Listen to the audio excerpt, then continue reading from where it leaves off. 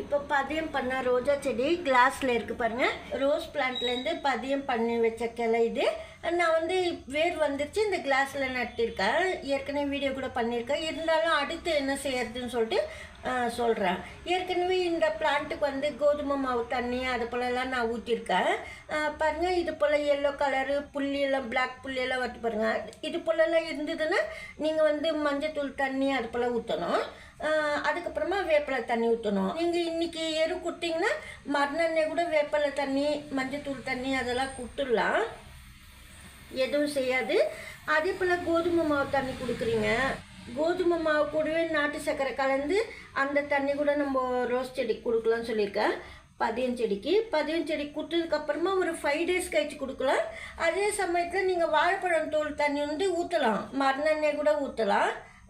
எதுக்கு சொல்கிறேன்னா, எந்த எரு கொடுத்தா பதியம் செடி நல்லா வளரும்னா நீங்கள் வாழைப்பழம் தோல் தண்ணி வந்து ஃபர்மெண்ட் பண்ணிவிட்டு ஊற்றலாம், இல்லைன்னா அப்பத்துக்கே கூட கொடுத்துக்கலாம்.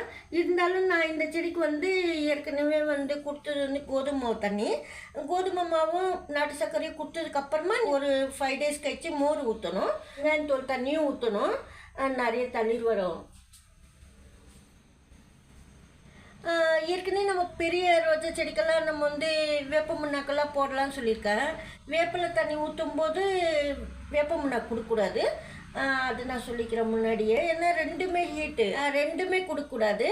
ஏன்னா வேப்பிலை தண்ணியும் வேப்ப முன்னாக்கு ரெண்டும் ஒன்று தான். அதனால் நீங்கள் ஏதாவது ஒன்று தான் கொடுக்கணும், அப்போ தான் நல்லது ரோஸ் பிளான்ட்டுக்கு. ஏன்னா சின்ன ரோஜா செடி இது இப்போ தான் வளருது. கொஞ்சம் போல் கொடுக்கலாம். நீங்கள் ஒரு 3 days கழிச்சு 5 days கழிச்சு கொஞ்சம் போல் கொடுக்கலாம், நல்லா வளரும். இந்த 10 rupees கூல்ட்ரிங்க்ஸ் பாட்டிலில் கூட நான் வச்சுருந்தேன், அதெல்லாம் கூட வேர் பிடிச்சி நல்லா வளருது.